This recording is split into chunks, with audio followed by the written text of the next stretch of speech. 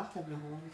L'histoire est née des festivals de cuisine qui ont lieu maintenant à peu près partout en Europe, où les chefs viennent présenter leurs plats sur scène et où les spectateurs sont très passifs. Et ils ne goûtent finalement pas les plats. Et j'avais envie de faire rentrer vraiment les convives dans l'univers d'un chef, dans sa cuisine, tout en étant très bien installé. Enfin, voilà. Et l'idée, c'était de rencontrer un chef et sa cuisine, de tout voir pour mieux comprendre en fait un univers. Vous avez fait entrer la cuisine dans la salle. Ouais, exactement. On a vraiment fusionné les deux grâce à l'architecte Bruno Borione. On a vraiment réfléchi à comment est-ce qu'on pouvait intégrer la cuisine dans une salle de restaurant, gérer les fauteuils et la visibilité des plats pour qu'on comprenne vraiment bien ce qui se passe en termes de cuisine. Il y a à la fois le lieu, ce que vous disiez, le lieu qui permet la rencontre entre la cuisine et puis les gens et le chef. Et puis l'idée c'était de ne pas avoir un seul chef fixe. L'idée c'était d'inviter le plus souvent voilà, 3, 4 chefs par mois qui viennent présenter leur cuisine, qui viennent de France, de province, de l'étranger, voilà, pour qu'on puisse, dans un même lieu, vivre des histoires de cuisine différentes. C'est la première fois qu'on voit un lieu qui reste fixe. Hein, au moment où tous les restaurants sont éphémères, nous on a pris la formule inverse.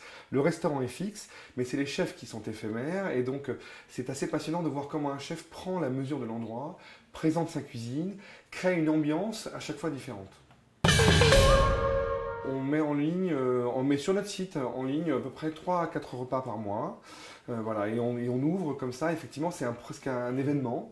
À chaque fois, on fait venir un chef, on essaie de travailler avec lui sur son menu, on fait ses approvisionnements quand il a besoin, et on propose voilà, un dîner absolument unique à 16 personnes pour une soirée. C'est à la fois du luxe, mais c'est surtout l'envie d'ouvrir la cuisine et de réduire la distance entre la salle et la cuisine. L'idée, c'était vraiment d'entrer dans un univers et de montrer ce que ces chefs ont à nous révéler aujourd'hui.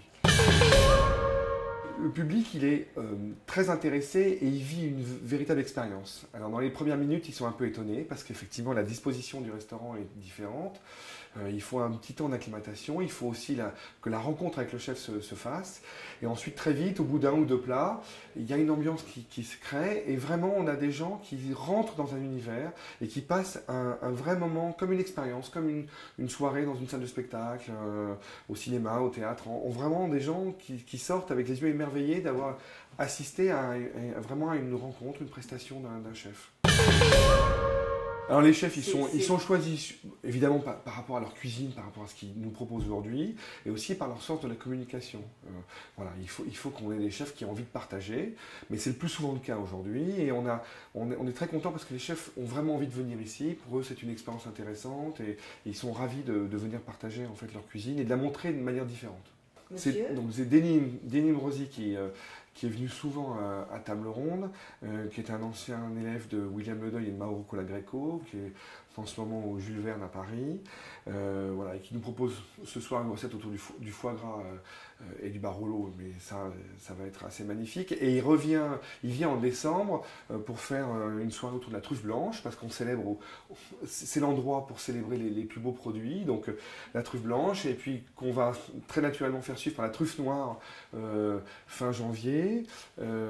On va avoir aussi un grand chef qui est Éric Guérin qui vient de La Baule, qui viendra faire sa cuisine.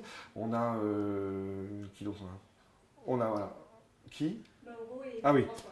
Et on a Mauro Colagreco qui vient en mars. Et puis en janvier, on va avoir le bonheur de recevoir Jean-François Piège, qui vient cuisiner le pot-au-feu de Dodin Bouffant. Hein, voilà, cette version imaginée par Marcel Rouff en 1924, auquel les chefs se sont toujours un peu confrontés. Jacques Manière, Joël Robuchon, récemment Yannick Aleno.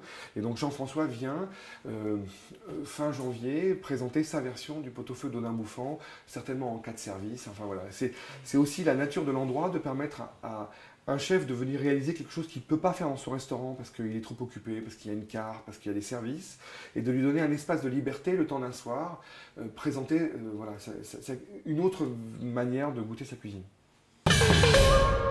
C'est un rêve de gosse, c'est pas tellement une question de crise ou pas crise, c'était que l'atmosphère aujourd'hui autour de la cuisine est à la découverte des chefs comme des créateurs, et c'était le bon moment de venir proposer une idée comme ça à Paris, c'est-à-dire de dire, voilà, il peut y avoir un lieu dans lequel on aborde la cuisine de manière différente.